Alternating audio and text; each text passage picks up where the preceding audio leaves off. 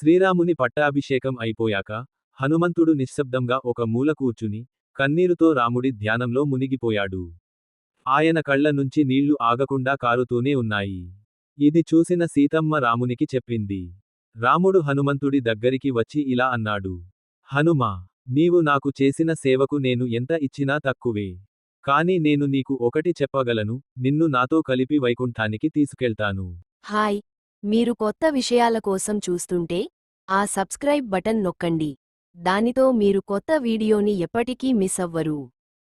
అప్పుడు హనుమంతుడు అడిగాడు. మీరు అక్కడ కూడా రాముడిగా ఉంటారా? రాముడు మెల్లగా చెప్పాడు. వైకుంఠంలో నేను రాముడిగా కాదు, మహావిష్ణువుగా ఉంటాను. అలా అన్న రాముడి మాట విని హనుమంతుడు ఇలా అన్నాడు. ఓ ప్రభూ, మీరు రాముడిగా లేనిచోట నేను ఉండలేను.